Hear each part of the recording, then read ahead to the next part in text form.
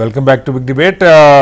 మనతో డిబేట్లో పార్టిసిపేట్ చేయడానికి రెహమాన్ గారు సీనియర్ జర్నలిస్ట్, అలాగే బండారు రామ్మోహన్ రావు గారు ప్రముఖ రాజకీయ సామాజిక విశ్లేషకులు, ఉప్పా లక్ష్మణ్ గారు ఉన్నారు. మరి కాసేపట్లో పెంటపాటి పుల్లారావు గారు మనతో జాయిన్ అవుతారు. మొత్తంగా దేశవ్యాప్తంగా 96 పార్లమెంటు స్థానాలతో పాటుగా తెలుగు రాష్ట్రాల్లో తెలంగాణలో 17 పార్లమెంటు స్థానాలు, అలాగే ఒక అసెంబ్లీ స్థానానికి ఉప ఎన్నిక జరిగింది. ఆంధ్రప్రదేశ్లో 25 పార్లమెంటు స్థానాలతో పాటు మొత్తం 175 అసెంబ్లీ నియోజకవర్గాలు కూడా పోలింగ్ జరిగింది. ఓవరాల్గా ఎన్నిక ప్రశాంతంగా జరిగినప్పటికీ ఆంధ్రప్రదేశ్లో అనేక చోట్ల చెదురుమూరు సంఘటనలు, దాడులు, ప్రతిదాడులు జరిగినాయి. ఆంధ్రప్రదేశ్లో పోలింగ్ శాతం చాలా భారీగా 80% దాటే పరిస్థితి కనపడుతుంది. తెలంగాణలో 65 నుంచి 66% ఓటింగ్ ఇప్పటికీ కనపడుతున్న పరిస్థితి. బహుశా మరికొంత పెరిగే అవకాశం ఉంది. ఎన్ని అంశాల మీద బిగ్ డిబేట్లో మన గెస్ట్లతో మాట్లాడతాం. ముందుగా రెహమాన్ గారు నమస్కారం. నమస్తే. రెహమాన్ గారు, తెలంగాణలో చెదురుముదురు సంఘటనలు ఇలాంటివి ఏమి లేవు, కానీ ఎందుకో అసలు ప్రచారం ముందు నుంచి మనం మాట్లాడుకుంటా ఉన్నాం.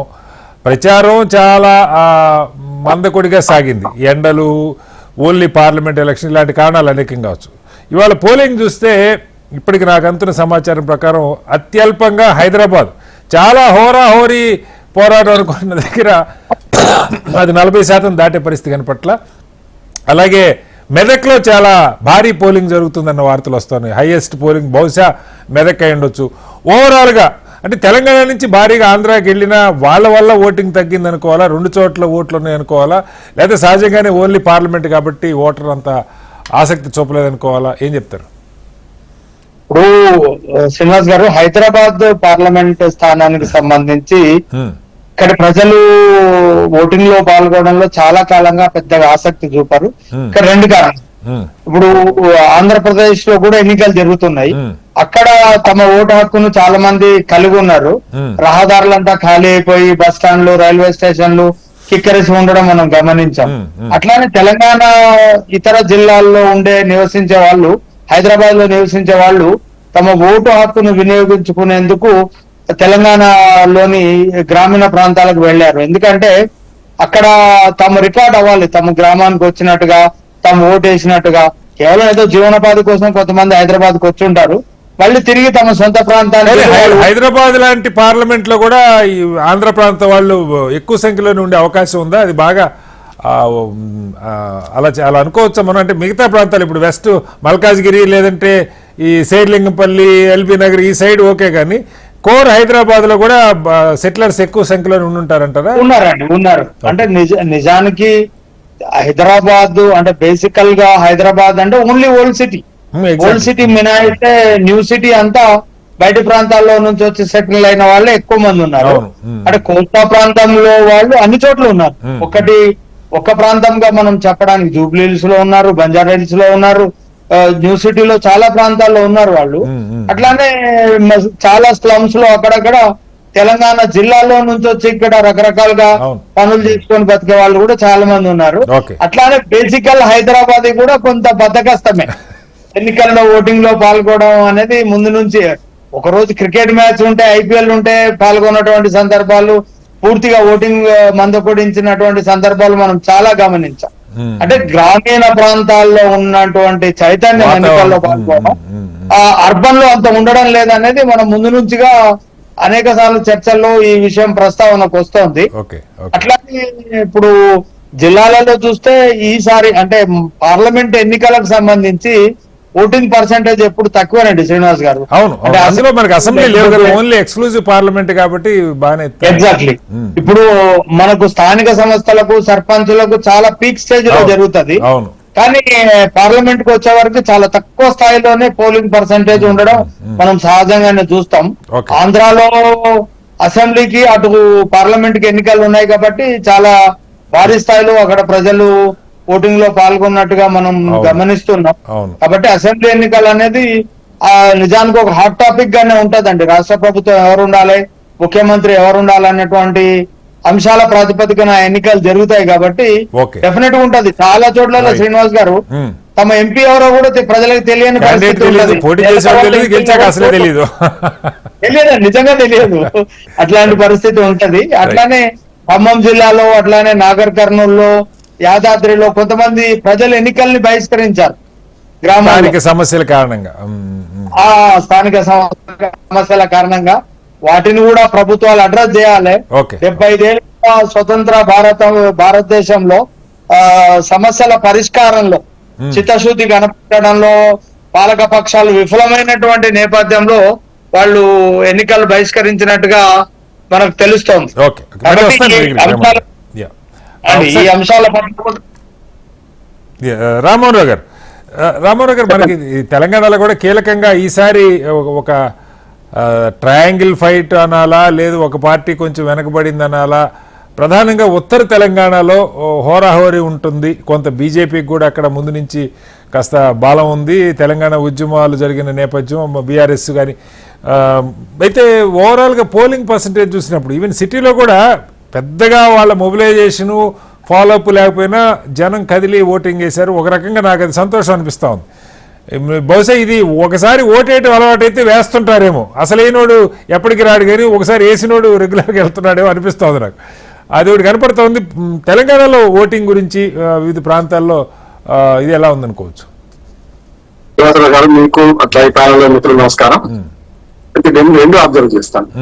ఎన్నిక ఒక రకంగా చెప్పాలంటే నాకు కర్ణాటక, చెన్నై అంటే మద్రాసు, మన తమిళనాడు, అట్లాగే ఆంధ్రప్రదేశ్, తెలంగాణ 4 రాష్ట్రాలు తిరిగాను. అనుకోకుండా పనులు పడ్డే అట్లాగే తిరిగాను. రెండైతే తెలంగాణకు వస్తే మనకు స్పష్టంగా ఒకటేమో గతంలోని ట్రెండ్ కొనసాగిందని 3 ముక్కల కూడా ఇప్పుడు మనము ఇప్పుడు ప్రజలు ఇష్టప్పుడు ఏం చేస్తారు, 3 వేదికలు పెట్టి మధ్యలో ఎత్తు నిలబెడతారు, అటుపక్క ఇటుపక్క సెకండ్ థర్డ్ నిలబెడతారు కదా మనకు ఇచ్చాం.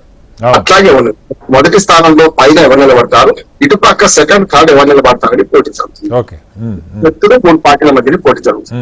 ఎందుకంటే మనం మనకి అసెంబ్లీ ఎన్నిక చూసాం, సరిగ్గా 8 నెలల క్రితం జరిగింది అసెంబ్లీ ఎన్నిక, నవంబర్. అప్పుడు మనకు తూర్పు తెలంగాణ మొత్తం అంతా కాంగ్రెస్ వర్సెస్ బీఆర్ఎస్. అంతేకాదు తెలంగాణ ఖమ్మము, నల్గొండ, వరంగల్, అట్లానే దక్షిణ తెలంగాణ మహబూబ్నగర్, ఈ మొత్తం చూస్తే కాంగ్రెస్ వర్సెస్ బీఆర్ఎస్. ఇప్పుడు ఉత్తర తెలంగాణ మొత్తం బీజేపీ వర్సెస్ బీఆర్ఎస్ ఉన్నాయి. చూస్తే 8 సీట్లు వస్తే వాళ్ళకి 1 సీట్ రాజాసింగ్ వేసి పెడితే ఉత్తర తెలంగాణ నిజామాబాద్, ఆదిలాబాద్ జిల్లాలో వచ్చినాయి ఎక్కువ. ఎట్లా చూసుకుంటే మనకు మెదక్, హైదరాబాద్ అంటే ఇప్పుడు చేవేళ్ళ పార్లమెంటరీ, మన మల్కాజ్గిరి, అట్లాగే హైదరాబాద్, సికింద్రాబాద్, ఈ 4 పార్లమెంట్ సీట్లు ఆల్మోస్ట్ ఆల్ మనకు 29 నియోజకవర్గాలు ఉన్నాయి మనకు హైదరాబాద్. 1 కోటి పైగా ఓటర్లు ఇక్కడే ఉన్నారు. అందుకని చూస్తే మనకు ఈ మొత్తం ఈ 4 జిల్లాలు ప్లస్ మెదక్ కూడా, మెదక్ లో 10 ఉంటే 9 గెలుచుకున్నారు, 7 గెలుచుకున్నారు. అంటే అట్లా చూసుకుంటే మనకు మెదక్ కూడా కాకుంటే బీఆర్ఎస్ కు ఈ బీజేపీ కాంగ్రెస్ పెద్దగా పోటీ ఇవ్వలేకపోయింది. ఆల్మోస్ట్ ఆల్ ఇద్దరు పడిపోయారు. అప్పుడు ఈ మధ్య తెలంగాణ మొత్తం అంతా హైదరాబాద్ తో సహా మీకు బీఆర్ఎస్ కు వచ్చింది. అంటే ఇదే ట్రెండ్ సాగుతుంది అనుకుంటున్నాను. ఒకటి ఏంటంటే కొంత ఈ ట్రెండ్ లో కొంత మార్పు వచ్చిందని నేను అనుకుంటున్నాను. ఈ మొత్తం 2 నెలల పరిశీలన చూస్తే ఇప్పటిదాకా ఈ 5 నెలల్లో ఏదైతే కాంగ్రెస్ పార్టీ మనకు నమ్మి మోసపోయాం అనే ఒక ట్రెండ్ మనకు గ్రామాల్లో కనపడ్డది. మనకు హైదరాబాద్ చుట్టుపక్కల కొంచెం ఇటాకి మళ్ళీ డైవర్ట్ అవుతున్నా. అంటే మేము బీఆర్ఎస్ ఓట్ చేసాం, బాగానే ఉంది, కానీ కాంగ్రెస్ ప్రభుత్వం ఉంది కదా అనేది ఒకటి వచ్చింది. హైదరాబాద్ గురించి తర్వాత మాట్లాడతాం. గ్రామాలలో ఈ 6 గ్యారంటీలు, 13 హామీలు, 420 ఏదో అంటారు, ఇవన్నిటి మీద కొంత వ్యతిరేకత వచ్చింది ప్రజల్లో. అంటే ఇప్పుడు ప్రజలు ఎప్పుడు కూడా శ్రీనివాసరావు గారు వేదారప్పన్న గారు కన్యాశంకర్ నాటకంలో నాకేమొస్తుందని ఆలోచన చేస్తాం.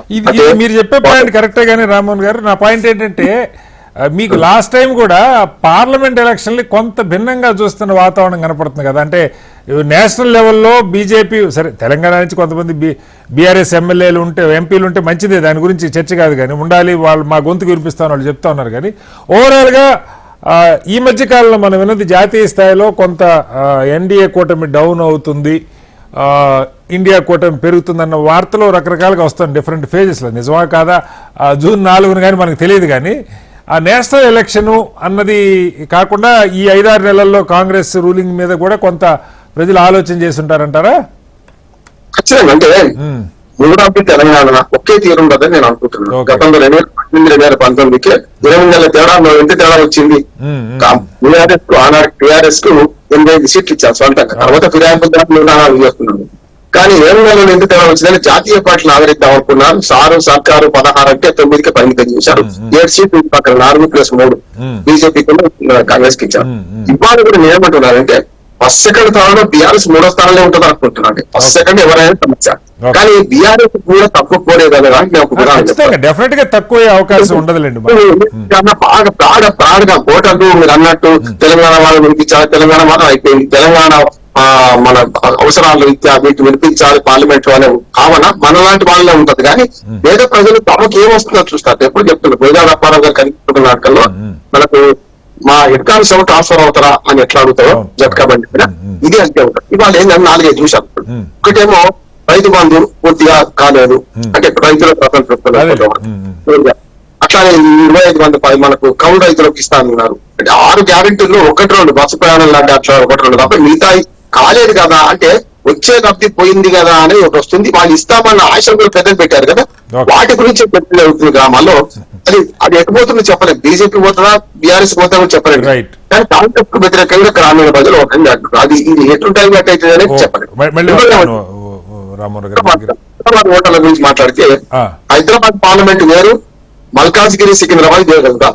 హైదరాబాద్ పార్లమెంట్ లో సెక్టర్స్ లేరు, బయట ప్రాంతాల నుంచి తెలంగాణ నుంచి ఇతర ప్రాంతాల నుంచి వచ్చిన వాళ్ళు కూడా లేరు. నేను ఈ రాయలసీమ ప్రాంతం నుంచి అక్కడక్కడ బార్డర్స్ లో నాకు తెలిసి ఆ కందికల్ గేట్ అలాంటి ప్రాంతాల్లో కొద్దిగా ఉంటారు సార్, అంతే ఉండొచ్చు. కానీ చాలా తక్కువ. అంటే నేను ఏమంటున్నానంటే తెలంగాణలో జిల్లాల నుంచి కూడా నేను ఒక కొత్త నుంచి ఒక సర్వే చేస్తున్నాను. 450 కుటుంబాలు తెలంగాణ సెక్టర్ పదం తప్పు, కానీ తెలంగాణలో పల్లెలకు కూడా పోయింది. ఎందుకంటే పర్సనల్ అటాచ్మెంట్ ఉంటుంది, పర్సనల్ అటాచ్మెంట్ ఉంటుంది. అందుకని అట్లా పోయిన వాళ్ళు నాకు తెలిసి 50 కుటుంబాలు పోయాయి, 50 కుటుంబాలు తెలిసిపోయింది. కూడా కొంచెం తెలంగాణ గ్రామాలకు కొంచెం బాగానే ఇళ్ళుంటారు అనుకోవాలి మనం స్థానికంగా. దాదాపు 4 లక్షల మంది వెళ్ళారండి. నేను ఏమంటున్నాను అంటే మొత్తం 15 లక్షల మంది అయితే 10 లక్షల మంది ఆంధ్రాకి వెళ్తే ఒక 3-4 లక్షల మంది అన్న తెలంగాణ వివిధ పల్లెలకు వెళ్ళారు. ఇంటికి పోయినట్టుంటే చుట్టాలు చూసినట్టు సమస్య వస్తున్నది. గ్రామాలలో ఏమైందంటే బీఆర్ఎస్ బీజేపీ కొంచెం బాగా పట్టుబట్టింది, కాంగ్రెస్ వీళ్ళు తరలించిన సందర్భాలు చూస్తున్నాం. ఎందుకంటే హైదరాబాద్ సెంటర్ లో ఉండడం వల్ల ఉమ్మడి మెదక్ జిల్లా, ఉమ్మడి నల్గొండ జిల్లా, ఉమ్మడి మహబూబ్నగర్ జిల్లా, ఈ ఉమ్మడి రంగారెడ్డి జిల్లా, ఇట్లా వీటి ప్రాంతాల్లో ఎక్కువ మంది అక్కడి నుంచి వచ్చి సెటిల్ అయిన పడుతున్నారు. హైదరాబాద్ పూర్తిగా ఢిల్లీతో ఏంటంటే ఒక్క మాట, మనకు మజ్లిస్ కు ఓటు వేయొద్దు అని అనుకున్న వాళ్ళు చాలా మంది ఏం చేశారంటే ఊరుకున్నారు అంటున్నాను. ఎంపీకి లాంటి పార్టీ ఉన్నదండి, మజ్లిస్ కు ఓటు వేయొద్దు అనుకుంటారు. కానీ ఇటు బీజేపీ కూడా వేయలేరు కదా, మిగతా 2 పార్టీలు అన్నాభ్యాసం. మనం వీటి మీద రిజల్ట్స్ రోజు మరింత లోతుగా చర్చించుకునే అవకాశం ఉంటుంది. రామారావు లక్ష్మణ్ గారు, తెలంగాణలో ఇంకొకటి కూడా, ఈ ఎప్పుడైతే అసెంబ్లీ ఎన్నికలు లేవో మామూలుగా సహజంగా కూడా ఏపీలో కాస్త డబ్బు ప్రభావం ఎక్కువ అంటాం. ఈసారి ఇక్కడ ఓన్లీ పార్లమెంటు, ఒకవైపు ప్రచారం వీక్గా ఉంది, డబ్బులు కూడా ఒక 2-3 నియోజకవర్గాలు తప్ప నేను విన్నది ఖమ్మం ఒకటి, మెదక్ ఒకటి, కాస్త డబ్బులుండి హోరాహోరీ ఫైట్ ఉన్న నియోజకవర్గాల్లో లెస్ దాన్ 500 ఓటర్లకు ఇచ్చారు అన్ని చోట్ల. అది కూడా కొంత సెలెక్టెడ్గా. బహుశా డబ్బు ప్రభావం కూడా ఉండొచ్చు అనుకుంటారు. కొంచెం తక్కువే అనిపిస్తుంది నాకు, కొన్ని నియోజకవర్గాలు తప్పితే చాలా తక్కువగానే పోలింగ్. ఇంకా మల్కాజ్గిరి సికింద్రాబాద్ మనకి రావాలి, ఎలా జరిగిందన్నది ఏం చెప్తారు లక్ష్మణ్ గారు? సార్ మ్యూట్లో ఉన్నారు, ఒకసారి అన్మ్యూట్ చేయండి లక్ష్మణ్ గారు. డబ్బు ప్రభావం అన్నది ఒకప్పుడు డబ్బు తీసుకుంటే మనం వాళ్ళ దగ్గర డబ్బు తీసుకున్నాము కాబట్టి మనం ఓటు వేయాలి అని ఒక సెంటిమెంట్ లాగా ఉండేది, కమిట్మెంట్ లాగా. ఇప్పుడు ప్రజలు కూడా తెలియదు, ఆ కమిట్మెంట్ లేదు. ఎవరిచ్చినా తీసుకోవడం, జోలో పెట్టుకోవడం, ఎవరు ఓటు ఇవ్వాలనుకుంటే వాళ్ళు పోలింగ్ కేంద్రాలలో సైలెంట్ గా ఓటేసి వచ్చేస్తారు. నేను అంటే ఎంత తెలివిగా ఉన్నారని చెప్పడానికి నేను ఇవాళ మరీ స్లమ్ ఏరియాకి వెళ్ళి ఓటు వేసి వచ్చినటువంటి ఒక చదువురాని మహిళను అడిగాను, ఏమ్మా నువ్వు ఎవరికి ఓటేసావు అని. ఓటు ఎవరికి వేసింది చెప్పకూడదు సార్ అని.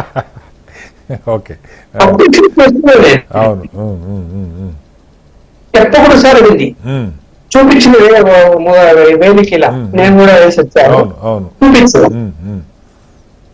డబ్బులు ఏమైనా పంచారా, తీసుకున్నావా, ఏ పార్టీల వాళ్ళని అడిగాను. ఎవరు పంచలేదు. మేము ఓటు వేయాలనుకున్నాము, వచ్చాము, ఓటు వేసాము.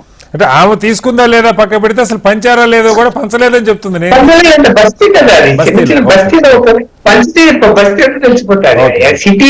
సిటీలో అపార్ట్మెంట్లు ఉన్న చోట అంటే అది కనుక్కోవడం కష్టం, కానీ బస్తీలో అంటే అందరికి పంచాల్సిందే. తీసుకొని చెప్పకపోయినా పంచలేదనే చెప్తుంది ఖాయంగా. ఓకే, చెప్తున్నది పంచలేదు. ఓకే, పోయిన ఎన్నికల్లో అసెంబ్లీ ఎన్నికల్లో పంచారంటే అప్పుడు పంచారని చెప్తున్నది. అవును అవును, ఈసారి పంచలేదు అంటున్నది. ఓకే, పంచలేకుండా డబ్బులు ఇవ్వకుండా వచ్చావా ఓటింగ్ కంటే డబ్బులతో పనే ఉంది, మేము ఓటు ఎవరికి వేయాలనుకున్నామో వాళ్ళకి చేస్తారు లేవట్లేదు. అదేలేండి. ఓకే ఓకే, అంటే అసలు నలుగురు ఆడవాళ్ళు చుట్టుకొని నన్ను క్వశ్చన్ చేస్తున్నారు. అందువల్ల ఏంటంటే ఖచ్చితంగా ప్రజల్లో ఎప్పుడు డబ్బు పనిచేస్తుంది అనుకోవడం పొరపాటు. డబ్బు తీసుకున్నా తీసుకోపోయినా ఓటింగ్ వచ్చే వాళ్ళు ఉంటారు. కాకపోతే ఏంటంటే కొంత లోకల్ లీడర్లతో భయం ఉంటుంది బస్తీలలో కానీ గ్రామాలలో కానీ.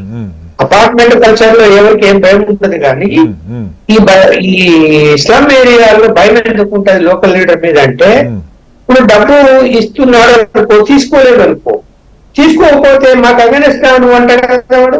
అవునవును అవును, వాటితో ఏదో రోజు ఏదో సమస్య వస్తుంది. సమాచారం లక్ష్మణ్ గారు, అంటే తెలంగాణలో ఎక్కడ ఎంపీ అభ్యర్థులు సరే ప్రచారం వీక్గా ఉంది, డబ్బు కూడా అసలు పంచిన పరిస్థితి లేదంటారా? ఎందుకంటే పేరుకి ఎన్నికల్లోని సీట్లు తెచ్చుకున్నారు, జనానికి ఆ చిల్లర డబ్బులు కూడా వినండి. ఇక్కడ ప్రత్యేకించి టిఆర్ఎస్ పార్టీ వాళ్ళు 17 మందిలో అంటే 16 హైదరాబాద్ పక్కన పెడితే 16లో మేము గెలుస్తాము అనేటువంటి నమ్మకం ఒక్కరికి కూడా లేదు. లేనప్పుడు అదే మనం తీసి డబ్బులు పంచి పోగొట్టుకొని గవర్నమెంట్ కూడా లేదు, మన పరిస్థితి ఏంటి, సరే ఓట్లు వేస్తే వెళ్ళి లేకుంటే లేదు. మనం కాంగ్రెస్ అయినా బీజేపీ అయినా ఎవరో ఒకళ్ళు పంచితే రెండో వాళ్ళు ఆబ్వియస్లీ కొంత పంచుతారు, ఎక్కువ తక్కువ, అది జరగలేదు అనుకోవచ్చు అనేటువంటి ధోరణికి వెళ్ళిపోయారు అని నాకు సమాచారం ఉంది. ఎందుకు పంచాలి ఊరికే ఓడిపోయేదానికి. ఓకే ఓకే ఓకే, అది ఒకటి. రెండోది, ఏమైనా అంటే టిఆర్ఎస్ పార్టీ అధిష్టానము వాళ్ళకు అరే డబ్బులు పంచండి మీరు అని డబ్బులు పంపించి ఉంటే అప్పుడు విధి లేక పంచాల్సి వస్తుంది. ఎందుకు ఎప్పుడైనా క్వశ్చన్ చేస్తారు, డబ్బు చేంజ్ చేశాను అంటే అడుగుతారు కదా, పంచకపోతే తెలుస్తుంది కదా అందువల్ల. కానీ ఇవాళ మరి ఆ పార్టీ అధిష్టానం కూడా వాళ్ళకు డబ్బులు పంపించినట్టయితే నాకైతే సమాచారం లేదు. అదే కాంగ్రెస్ పార్టీలో డబ్బులు పంచడానికి లేదా ఖర్చులకు లేని వాళ్ళకి డబ్బులు వాళ్ళకి పంపించారు అనే సమాచారం ఉంది. అలాగే బీజేపీలో కూడా కొన్ని సీట్లు గెలిచే ఏవైతే ఉన్నాయో 6 నుంచి 8 వరకు వాళ్ళు గెలవాలనేటువంటి టార్గెట్ పెట్టుకున్నారు, 6 తగ్గకూడదని.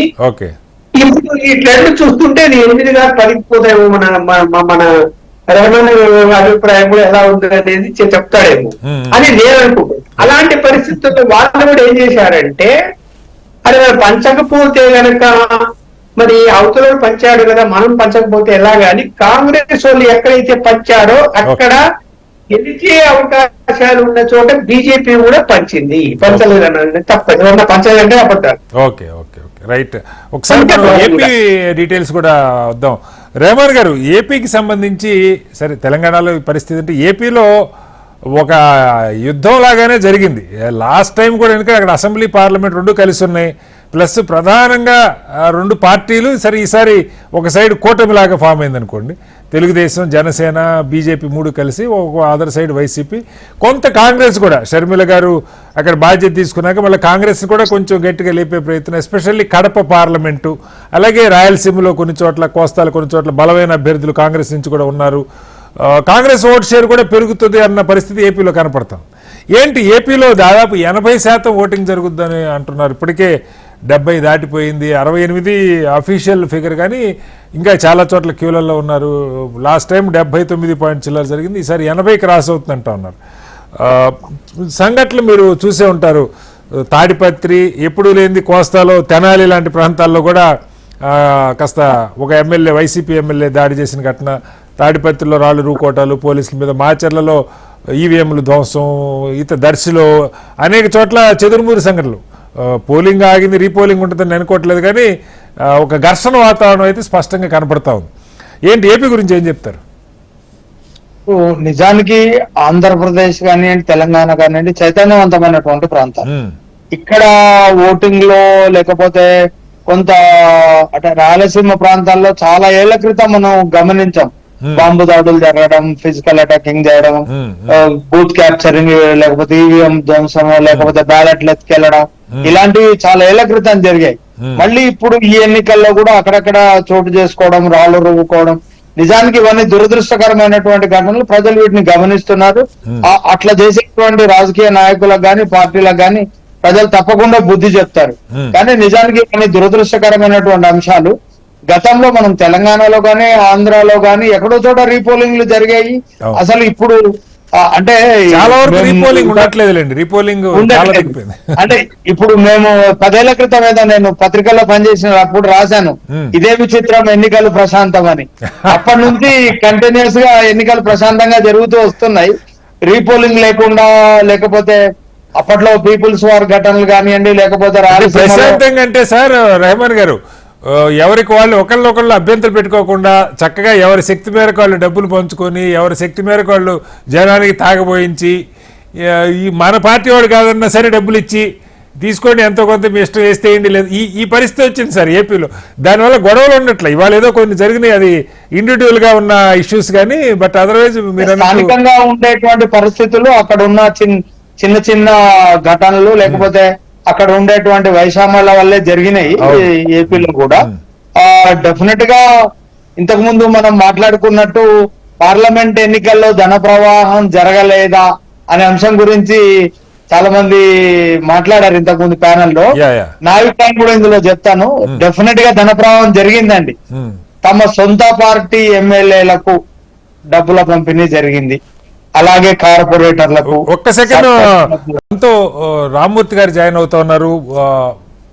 వినుకొండ అసెంబ్లీ నియోజకవర్గం కారు మంచి ఆయన శావల్యపురం మాజీ సర్పంచ్ రామ్మూర్తి గారు.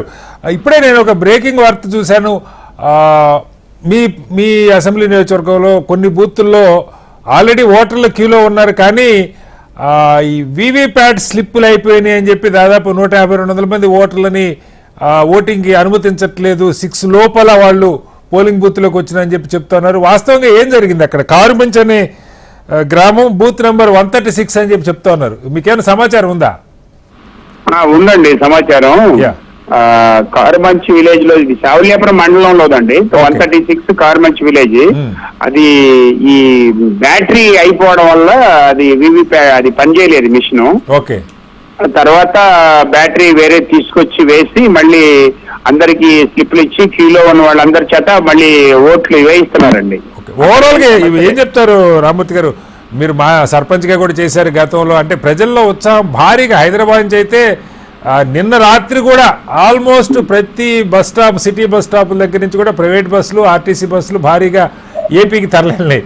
పోలింగ్ ఇప్పుడే చీఫ్ ఎలక్టరల్ ఆఫీసర్ మాట్లాడుతున్నారు, కొన్ని చోట్ల 90% కూడా క్రాస్ అయ్యే అవకాశం ఉందంటా ఉన్నారు. ఏంటి మీ అబ్జర్వేషన్? అంటే పోలింగ్ అంతా ప్రశాంతంగానే జరిగిందండి వాస్తవంగా. పెద్ద హడావుడి, చిన్న చెదురుమదురు సంఘటనలు తప్ప అంతా బానే ఉంది. ఈ పోలింగ్ అంత శాతం ఏం జరగలేదండి ఇక్కడ. యాక్చువల్ గా 68, 70-75%తో అయిపోవచ్చు, 90 దాకా వెళ్ళదు ఇది. హైదరాబాద్ నుంచి వచ్చిన వాళ్ళు వీళ్ళంతా ఏం హడావుడి ఉన్నప్పటికి కూడా స్థానికంగా ఉన్నటువంటి ఈ వాళ్లే ఎక్కువ శాతం ఓట్లు వేశారండి. హైదరాబాద్ నుంచి ఎంతమంది రావడం అనేది విషయం కాదు, కానీ నియోజకవర్గంలో వాళ్ళ శాతం పెద్ద గణనీయంగా ఏముండదు. ఒక గెలుపుని నిర్దేశించే అంత శాతం ఏముండదు. నేను అంటే ఒక గతంలో కూడా వెళ్ళేవాళ్ళు, బట్ ఈసారి ఏదో మరీ విపరీతమైన, అంటే అన్ని పార్టీలు హైదరాబాద్ నుంచి నేను కనుక్కుంటే ప్రతి పార్టీ బస్సులు పెట్టారు, వేలల్లో బస్సులు వెళ్ళినాయి. ఒక పోలరైజేషన్ కనపడుతుంది. అంటే ఇదంతా కోఆర్డినేట్ చేసి తీసుకెళ్లారు. ఏ పార్టీకి ఏ నియోజకవర్గంలో ఎక్కడ ఓటర్లు ఉన్నారు వాళ్ళని అందరినీ గ్యాదర్ చేసి ఒక బస్సు ఏర్పాటు చేసి ఇది బహుశా ఒక 15-20 రోజులు, నెల రోజులకి ఈ ప్రయత్నం జరిగి ఉంటుంది పార్టీలు, లేకపోతే అంతమంది మొబిలైజ్ కారు కదా. అవునవును, ఈ ప్రయత్నం అంతా బాగా చేశారు, రెండు పార్టీల వాళ్ళు బాగా చేశారు. కానీ ఇది నాకు తెలిసినంత వరకు ఏంటంటే ఇది ఏదో గవర్నమెంట్ ఇప్పుడు అధికారంలో ఉన్న పార్టీకి పెద్ద ప్రమాదం అట్లా ఏం లేదండి నాకు తెలిసినంత వరకు. బాగా ప్రభుత్వ జనాలు గవర్నమెంట్ కి ఎక్కువ అనుకూలంగా వేసినట్టుగా కనపడుతుందండి నాకు. రకరకాలు ఉంటారు. నేను ఓటింగ్ అంటే మేము అబ్జర్వ్ చేసినంతా కూడా చూస్తే ఈ శాతం ఓట్లు అదేదో ప్రభుత్వానికి వ్యతిరేకంగా వేసినట్టే ఏం కనిపించలే. ఎందుకంటే ఎక్కువ మహిళలు, కింది వర్గాలు బాగా ఎక్కువ పార్టిసిపేట్ చేశారండి. సహజంగా ఒక టాక్ ఏముంటదంటే రామూర్తి గారు, పోలింగ్ శాతం భారీగా జరిగితే ప్రభుత్వ వ్యతిరేకత అంటారు. అదే జరుగుతుందని నేను చెప్పలేను. రెండు వైపులా మొబిలైజ్ చేస్తే కూడా భారీగానే రావచ్చు. బట్ అలా లేదని మీ అంచనా, ఆ పరిస్థితి లేదంటారు ఏపీలో? అట్లే లేదండి, ఎందుకంటే పేద వర్గాలు కసిగా ఓట్లేశారండి. ఈ ప్రభుత్వాన్ని మళ్ళీ గెలిపించుకోవాలి అన్నట్టుగా ఆ ధోరణి ఎక్కువ కనపడిందండి నాకు. నేను అందరితో మాట్లాడుతూ ఉంటాను కదా, నాకు వాళ్ళతోనే పరిచయాలు కూడా ఎక్కువ. వాళ్ళందరూ ప్రభుత్వం మళ్ళీ తెచ్చుకోవాలి ఇవి అంటే ఇది ఎట్లా ఉంటుందంటే మామూలుగా కొద్దిగా పెద్దవాళ్ళు ఒక పక్క ఉంటే ఈ కింది వాళ్ళందరూ ఇంకో పక్క ఉన్నట్టుగా ఒక వాతావరణం కనపడతా ఉంది. అది పనిచేసింది అంటారా? బాగా పనిచేసింది. రైట్ రామూర్తి గారు, థ్యాంక్ యూ. ప్రధానంగా అక్కడ వీవీప్యాట్ స్లిప్లు అయిపోయిన ఆపారన్న వార్త వచ్చింది పత్రికల్లో. అది నిజమో కాదో సరే, రకరకాలు స్ప్రెడ్ అవుతుంటాయి అనుకోండి. ఎస్ రామ్మోహన్ రావు గారు, ఏపీకి సంబంధించి సరే ప్రభుత్వాలు అక్కడ కూడా ఈసారి ఒక 2-3 నియోజకవర్గాలు చాలా హైప్. పిఠాపురం పవన్ కళ్యాణ్ గారు పోటీ చేస్తున్నది, లేదు కడప షర్మిల గారు పోటీ చేస్తున్నది. ఇది ఏం జరుగుతుందో తెలియదు కానీ ఒక ప్రత్యేకమైన అటెన్షన్ అయితే అక్కడ ఉంది ఆ పార్టీలకు సంబంధించి. ఓవరాల్గా ఏం చెప్తారు ఏపీ గురించి? ఈ రెండే కాదు శ్రీనివాసరావు గారు, కుప్పంలో చంద్రబాబు నాయుడు ఓడిస్తామని కూడా వాళ్ళు మాట్లాడారు. అవునవునవును. అంటే హింసాకర ఘటనలు ఎప్పుడు జరుగుతాయంటే చేత కాకపోతే మేము ఓడిపోతున్నామన్న భయం ఉంటే ఎవరు ఒకరు మంది పెట్టాలి. టౌన్ పార్క్ పెట్టి తలుపు చెక్క దాకపోతాయి. ముఖ్యంగా పల్నాడులో ఈసారి పల్నాడు నియోజకవర్గం సభపేట కానీ పక్కన ఇంకొండ కానీ మాట్లాడలేదు. ఘర్షణ జరగడానికి ప్రధాన కారణం ఏంటంటే మెట్టు ఎక్కుతున్నారు అక్కడ. అంటే ఒకరి మీద గట్టిగా ప్రయత్నం చేసింది కానీ అనుకుంది ఒక ఈవీఎం ఓపెన్ చేసిన వాళ్ళు కూడా మీనా గారికి వాళ్ళ దేవుడు ఇచ్చారు కదా, రీపోలింగ్. ఇది స్వల్ప సంఘటనలే అంటున్నాడు. గతంలో చూసుకుంటే ఇవాళ చాలా స్వల్పంగా జరుగుతున్నాయి. రీపోలింగ్ అనేది ఉండడం లేదు. ఆంధ్రప్రదేశ్ లో నేను గమనించిన అంశం ఏంటంటే ఒక 2 సార్లు ఎలక్షన్ నేను గమనించింది ఏంటంటే ఇవాళ జగన్మోహన్ రెడ్డి ఓడిద్దామని ఒక వర్గం తీవ్రంగా ప్రయత్నం చేస్తుంటే నేను ఎందుకు గెలవకూడదు, వై నాట్ 175 అని అటు ఆ వర్గం. అంటే ఈ 2 వర్గాల మధ్య అసలు ఆంధ్రప్రదేశ్ సమస్యలు పోయి ఆంధ్రప్రదేశ్ లో ఉన్న మౌలిక వస్తువుల గురించి అన్ని మిగతా అన్ని సెకండరీ. అంతేందుకు వ్యక్తిగతంగా సైకో అని ఆయన అంటే, నారాసుడు అని అంటే, జగనాసుడు అని వాళ్ళంటే ఇవన్నీ ప్రజలు పెద్ద పట్టించుకోవాలనుకున్నాను. ఈ వ్యక్తిగత షెడ్యూల్ అప్లై చేశారు. ఇటుపక్క పవన్ కళ్యాణ్ భార్యల గురించి మాట్లాడారు. ఇవన్నీ కూడా పెద్దగా పట్టించుకోలేదు. అంటే ఒక ఎజెండా పనిచేసింది అనుకుంటున్నాను. ఇవాళ జగన్మోహన్ రెడ్డి ఉంచాలా ఓడించాలా, ఇవాళ జగన్మోహన్ రెడ్డిని ఉంచాలన్న వాడు ఒక వర్గం, ఓడించేవాళ్ళని ఒక వర్గం తేగండి. ఇందులో కొంచెం కుల గజ్జి కూడా ఉన్నది, కులాల పరంగా కూడా గురిపోయారు. కానీ ఆ 2 కులాలు మొత్తం రాష్ట్రం అంటే లేవు కదా. ఉత్తరాంధ్ర పరిస్థితి రకంగా ఉంటది, దక్షిణాంధ్ర పరిస్థితి ఒక రకంగా ఉంటది, కోస్టల్ పరిస్థితి మనకు ఉపయోగపడే కులాల పరిస్థితి ఒక రకంగా ఉంటది. అట్లా చూసుకుంటే ఈ ఫ్యాక్టరీ కూడా కులాల ఫ్యాక్టరీ కూడా పెద్దగా పనిచేయకపోవచ్చు, కానీ పనిచేసిన వర్గాలు మాత్రం కులాల పరంగానే పనిచేసినాయి. కులాల పరంగానే ఇదొకటి. కానీ రామ్మోహన్ గారు ఇంకోటి కూడా చెప్పండి. సరే ఇవేమన్నా పోలింగ్ శాతం బహుశా 80 దాకా ఉంటుంది. ఒక మాట చెప్పండి, అది ఎంతవరకు పోయిందంటే ఇవాళ మొత్తం ఆంధ్రప్రదేశ్ ఎన్నికల ప్రసవాలు చూస్తే అసలు 5 గంటల వరకు 60% నేను 90% కేపోదు. కానీ కొన్ని చోట్ల 90% అయితేనే మిగతా పట్టణ విశాఖపట్నం తక్కువ పోలింగ్ అయింది. అట్లా వివరాలకు వస్తే తక్కువ పోలింగ్ అయింది. రామూర్తి గారు, రామోహన్ గారు మీ మ్యూట్ లోకి వెళ్ళింది సార్, అన్మ్యూట్ చేయండి. ఒక్క మాట 55-60 అక్కడ ఆగిపోతే ఇక్కడికి వచ్చే వరకు ఏమైందంటే మిగతా ఒక 90 60కి అయిపోయింది అనుకోండి, ఓవరాల్ గా 75 ఆ ప్రాంతంలో వస్తుండొచ్చు. 80 ప్రాంతం నేను అనుకోవట్లేదండి, ఇది జరుగుతుందని అనుకుంటున్నాను. రైట్. ఎస్, డిబేట్ లోకి వద్దాం. లక్ష్మణ్ గారు, మీ ఏపీలో ఇది మనం చూస్తా ఉన్నాం పరిస్థితి. దాదాపు 80% ఇప్పటికే 78 దాకా అట్లా వచ్చినట్టు, 68 5 గంటల రిపోర్ట్ ఇచ్చారు. ఓవరాల్గా మీకేమనిపిస్తుంది ఏపీ పాలిటిక్స్? ఒక అసెంబ్లీ ఇవి పార్లమెంట్ రెండు కలిపి జరగటం, రెండు కూటమిల మధ్య పోటీ అయినా కాంగ్రెస్ కూడా కొంత సీరియస్ ఎఫర్టే పెట్టింది, గతం కంటే ఇంప్రూవ్ అవుద్దన్న వార్తలు వస్తా ఉన్నాయి. ఏం చెప్తారు? అసెంబ్లీ నియోజకవర్గంలో 90% దాటింది పోలింగ్. ఓకే. అంటే ఇక్కడ పోటాపోటీ ఉంటుంది అని అనుకున్నది వన్ సైడ్ లాగా కనిపిస్తూ ఉన్నది తప్ప పోటాపోటీ కాలేదు. ఓకే. ఎలా ఉంటుందంటే ప్రత్యర్థుల సంఖ్య పెరిగే కొద్దీ ఓడిపోతామనే అభద్రతా భావం వచ్చినప్పుడు ఇంకా ప్రెస్టేజ్ గా తీసుకొని సమాధాన దండోపాయాలన్నీ ఉపయోగిస్తారు రాయలసీమలో. కడపలో కొంత క్రాస్ ఓటింగ్ కూడా జరిగింది అన్నారు సార్, అసెంబ్లీకి ఒక పార్టీకి పార్లమెంట్కి ఒక పార్టీకి వేశారు అనే వార్త కూడా వస్తా ఉంది. క్రాస్ ఓటింగ్ లో అవకాశం ఉంది. ఇప్పుడు అక్కడ జగన్మోహన్ రెడ్డి గారు పులివెందుల నుంచి అసెంబ్లీకి గెలవాలి, అది ఆ లక్ష్యాన్ని చేరుకోవడానికి వాళ్ళు ఏం చేయాలో అన్ని చేసుకున్నారు. వాళ్ళ పార్లమెంట్ వచ్చేసరికి ఏంటి అంటే మీరు అడిగిన క్వశ్చన్లు ఏమిటంటే ఏమైనా షర్మిల ఓట్లు పడింటాయేమో అని. అంతే కదా, అదే మా మాట వచ్చింది. షర్మిల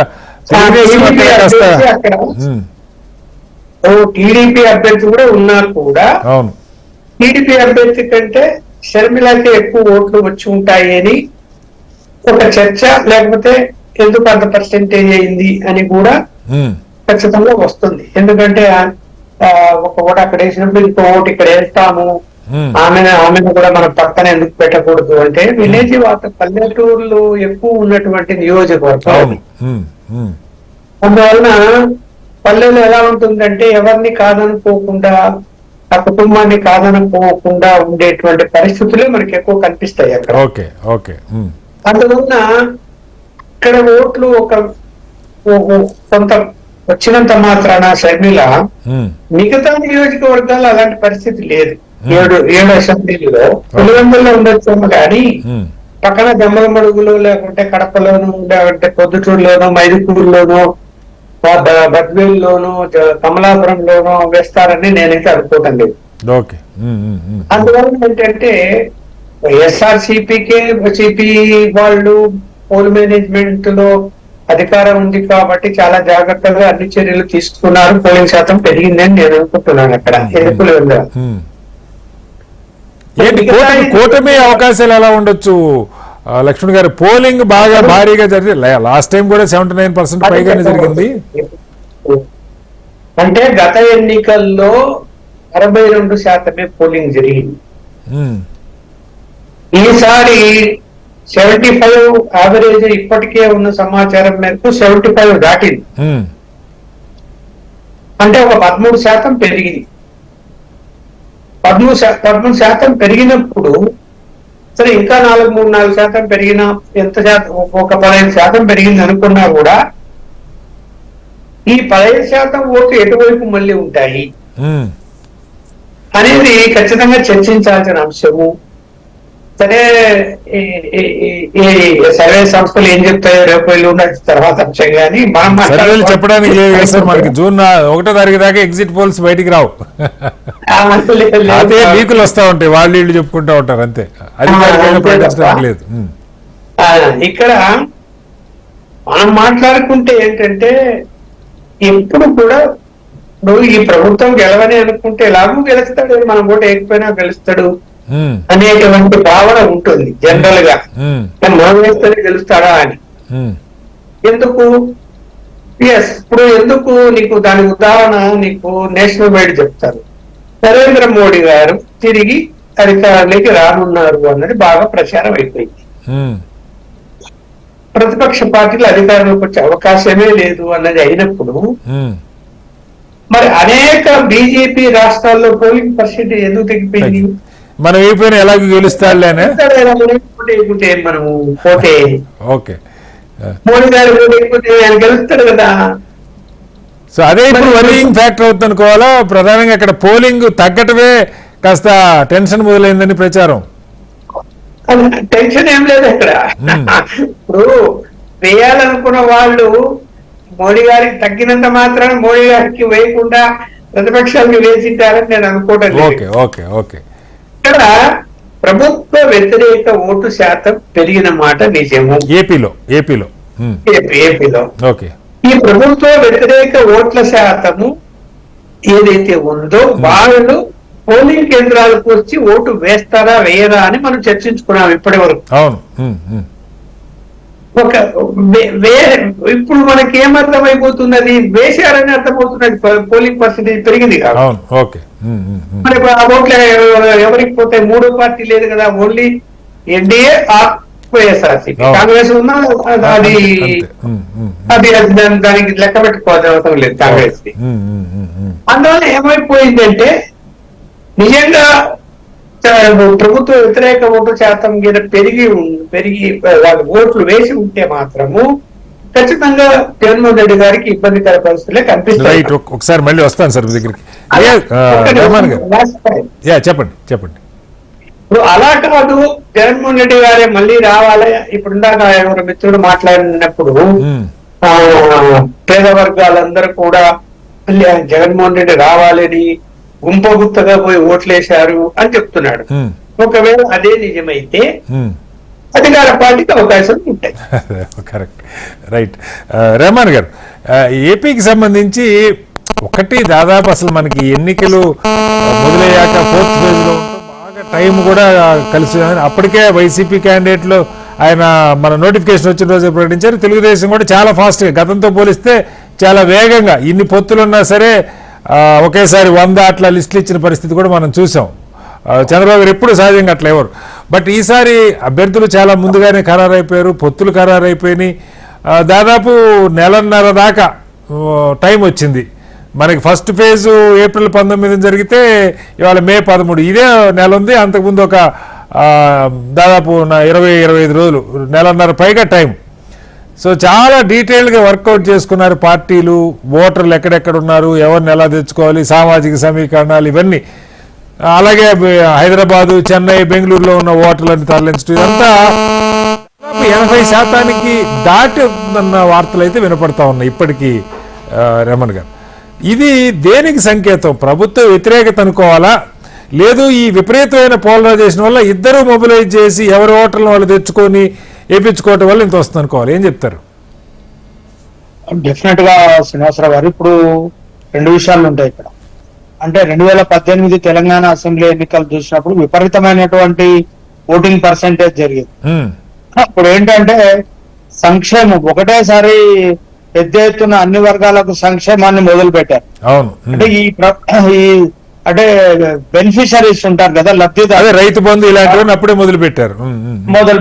అంటే లబ్ధిదారులందరూ మూకుమ్మడిగా ఓటింగ్ లో పాల్గొనడం వల్ల కూడా ఓటింగ్ శాతం పెరుగుతుంది. అట్లానే అధికారంలోకి రావాలనుకునేటువంటి ఒక పార్టీ కూడా సర్వశక్తులు అడుగుతుంది. ఆల్రెడీ ప్రతిపక్షంలో ఉండి 5 సంవత్సరాలు గడిచిపోయింది కాబట్టి ఈసారి దీన్ని ఉపయోగించుకోవాలనే దాంతో జీవనమరణ సమస్య తెలుగుదేశానికి 10 ఏళ్లు దాటిన తర్వాత ప్రతిపక్ష పార్టీలుగా మనుగడ సాగించలేవు, కష్టం దాదాపు. కాబట్టి డెఫినెట్ గా ఆ దిశగా ప్రయాణాలు జరిగినాయి. కాకపోతే కూటమికి పనికొచ్చేటువంటి అంశాలు ఏంటి అన్నప్పుడు, అంతకుముందు బీజేపీతో టీడీపీ పొత్తులో ఉన్నప్పుడు కానివ్వండి, మిగతా సందర్భాల్లో అప్పుడు పుల్వామా దాడి అదంతా మోడీ వేవ్ చాలా బాగా సాగి. అటల్ బిహారీ వాజ్పేయితో ఉన్నప్పుడు కార్గిల్ యుద్ధం ఒకటి ఉండే. ఇప్పుడు టీడీపీకి కలిసి వచ్చిన అంశాలు ఆ 2.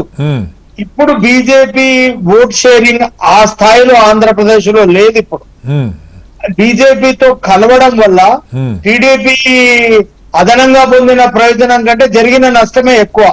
కాబట్టి ఈ లాభ నష్టాల బేరేజ్ లో జరిగినటువంటి ఓటింగ్ ఇదంతా తర్వాత పోలింగ్ తర్వాత వచ్చిన తర్వాత మనకు తెలుస్తుంది. అప్పుడే అనాలిసిస్ చేయగలం మనం. కాబట్టి ఇప్పుడు జనసేన టీడీపీ పొత్తు ఏ మేరకు సక్సెస్ అవుతుంది అన్నది కూడా ఒక పెద్ద ప్రశ్న. వాళ్ళిద్దరి పొత్తు అంటే సరే, బీజేపీది పక్క పెడతాం, వాళ్ళకి పెద్ద ఓట్ షేర్ కూడా ఏపీలో మొదటి నుంచి కూడా లేదు. పొత్తులో ఉన్నప్పుడే 4 సీట్లు గెలుస్తారు, కానీ ఈసారి కూడా ఎన్ని వస్తాయో మనం చూడాలి. బట్ జనసేన లాస్ట్ టైం కూడా ఇండిపెండెంట్ గా చేసిన కన్సిడరబుల్ ఓటు వచ్చింది, వాళ్ళు సపరేట్ గా చేసిన కలయిక వల్ల ఈసారి వాళ్ళిద్దరి అండర్స్టాండింగ్ వరకు అయితే బాగానే ఉంది అన్న మాటలు వినపడుతున్నాయి. రమణ్ గారు, ఓటు ట్రాన్స్ఫర్ అయ్యి ఉంటుందా? ఏం చెప్తారు? అంటే ఒకటి ఇక్కడ అండి, ఇప్పుడు బీజేపీని పక్కన పెట్టడానికి వీల్లేదండి. అవును. బీజేపీని కలుపుకోవడం మూలంగా మైనారిటీ ఓట్ అంతా గంపగుత్తగా వెళ్ళిపోయింది, క్రిస్టియానిటీ ఓట్ అంతా వెళ్ళిపోయింది టీడీపీకి. అంటే కలుపుకోవడం వల్ల అదనంగా కూరిన ప్రయోజనం కంటే నష్టం ఎక్కువ జరిగింది. ఓకే. అట్లానే 2009 ఎన్నికల్లో పక్కా సమైక్య పార్టీ టీడీపీ, పక్కా తెలంగాణ పార్టీ అప్పటి టిఆర్ఎస్ ఎన్నికల పొత్తు కుదుర్చుకున్నారు తెలంగాణలో. ఓకే. తెలంగాణ అప్పుడు ఉమ్మడి ఆంధ్రప్రదేశ్, అవును అవును. తెలంగాణలో ఇట్లాంటి పొత్తు జరిగింది. అప్పుడు టిఆర్ఎస్ కు ఓట్ ట్రాన్స్ఫర్ జరగలేదండి, 2 స్థానాలు ఎంపీలు గెలిచారు. ఓకే. ఒకటి మెదక్, ఒకటి మహబూబ్ నగర్. అసెంబ్లీ కూడా చాలా తక్కువగా గెలిచారు, అంటే ఓట్ ట్రాన్స్ఫర్ జరగలేదు. టీడీపీకి రావాల్సిన సీట్లు వచ్చినాయి కానీ టిఆర్ఎస్ కు రావాల్సిన సీట్లు జరగలేదు. ఓకే. అంటే ఒక వాదానికి కట్టుబడేటువంటి పవన్ కళ్యాణ్ జనసేన పార్టీ ఇంకో వాదానికి, అంటే 2 భిన్న ధృవాలే అక్కడ చూసుకుంటే మనం లోతుల్లో గెలకపోతే. కానీ ట్రాన్స్ఫర్ ఒకవేళ కాగలిగితే మాత్రం ఈ పొత్తు సక్సెస్ అయినట్టేనండి. ఇప్పుడు కనుక ట్రాన్స్ఫర్ కాలేకపోయి అధికారాన్ని చేపట్టకపోతే ఇంకెప్పుడు ఈ 2 భిన్న ధృవాలు కలిసి ప్రయాణం చేసేటువంటి అవకాశం ఉండదనే చెప్పాలి. డిబేట్ లక్ష్మణ్ గారు, ఒక్క విషయం చెప్పండి. ఓట్ ట్రాన్స్ఫర్ ఇప్పుడు తెలుగుదేశం నుంచి జనసేనకి ప్రధానంగా 21 సీట్లు ఆడుకున్నాయి, ఓటు పడాలి. అలాగే జనసేన ఓటు మెజారిటీ స్థానాల్లో తెలుగుదేశంకి పడాలి, 144 స్థానాల్లో. ఓట్ ట్రాన్స్ఫర్ ఎలా ఉంటుంది అంటారు? ఓట్ ట్రాన్స్ఫర్ బాగానే జరిగిందండి, ఏమీ అక్కడ ఇబ్బంది ఏం జరగలేదు. ఎందుకంటే ఫస్ట్ ఒక 10 రోజుల క్రితం కొంత కార్యకర్తల మధ్య అంటే అండర్స్టాండింగ్ అనేది తేడా వచ్చింది. సరే, కొంతమంది జనసేన నుంచి వెళ్ళిపోయారు, వాళ్ళు అనవసర మాటలన్నీ మాట్లాడారు, అవేం లెక్క కాదు. కానీ కార్యకర్తలు కలిసి పనిచేశారా లేదా అంటే ఏం నిర్ణయం తీసుకున్నారు అంటే, ఎక్కడైతే జనసేన పోటీ చేస్తున్నదో అక్కడ వాళ్ళకి నెట్వర్క్ లేకపోతే టోటల్ గా టీడీపీకి అప్పగించారు. అది ఎలా జరుగుతుంది సార్? ఇప్పుడు తెలుగుదేశం నుంచి పక్కా ఓటు ట్రాన్స్ఫర్ జనసేనకి జరుగుతుంది, జనసేన నుంచే జరుగుతుంది అన్న దానిలో కొంచెం భిన్నాభిప్రాయాలు ఉన్నాయి. అలాగే జనసేన అంటే ఇప్పుడు మీరు కాపు సామాజిక వర్గం ప్రధానంగా ఆయన ఫ్యాన్స్ కానీ ఎవరైనా సరే ఆ పార్టీ ఎవరైనా సామాజిక వర్గంలో గ్రూప్ తగాదాలు వచ్చాయి, వాళ్ళు ఏదో రకరకాలు వెళ్ళిపోయారు. కానీ ఓటర్స్ మాత్రము తెలుగుదేశానికి వెయ్యాలా అనేటువంటిది అయితే ఏ ఓట్లో కూడా అభిప్రాయ భేదాలు లేవు. రాని చంద్రబాబు అనేది జరిగింది. రైట్, టైం తక్కువ సార్. ఒక్కసారి రేమన్ గారు, ఈ విషయం తెలుగుదేశం జనసేన మధ్య ప్రాపర్ గా ఓట్ ట్రాన్స్ఫర్ బోత్ సైడ్స్ జరిగి ఉంటుంది అనుకోవచ్చా? లేదండి, నేను అలా అనుకోవడం లేదు. ఒకవేళ జరిగితే మాత్రం అదొక పెద్ద వింత విచిత్రమే. అంటే భవిష్యత్తులో కూటములు అంటే 2 విభిన్న ఆలోచనలు కలిగిన నాయకత్వాలు కలిసి పనిచేస్తే ప్రజలు లేకపోతే కింది స్థాయిలో కార్యకర్తలు కలుస్తారా లేదా అనడానికి ఒక పెద్ద ప్రయోగశాల అండి ఇప్పుడు జరిగింది. ఎన్నికల తర్వాతనే మాట్లాడుకోవాల్సి ఉంటుంది ఈ విషయం గురించి. డెఫినెట్ గా ఒక పెద్ద ప్రయోగశాలగానే చెప్పుకోవాలా. అంటే భవిష్యత్తులో భిన్న దృక్పథాలు కలిగినటువంటి వాళ్ళు, భిన్న ఆలోచనలు కలిగినటువంటి వాళ్ళు, భిన్న సామాజిక వర్గాలకు ప్రాతినిధ్యం వహిస్తున్నటువంటి వాళ్ళు రూపంలో కలుస్తారా లేదనడానికి మాత్రం ఇది భవిష్యత్తులో ఒక రోల్ మోడల్ గా చూద్దాం. మనం ఎన్నికల ఫలితాలు వచ్చాక ఎలాగూ మరింత లోతైన రకరకాల కోణాల విశ్లేషణ జరుగుతాయి. ఇది వాటి బిగ్ డిబేట్. చర్చలో పాల్గొన్న రెహమాన్ గారికి, అలాగే ఉపా లక్ష్మణ్ గారికి, బండారు రామ్మోహన్ రావు గారికి, రామ్మూర్తి గారికి ప్రత్యేక ధన్యవాదాలు. నమస్కారం.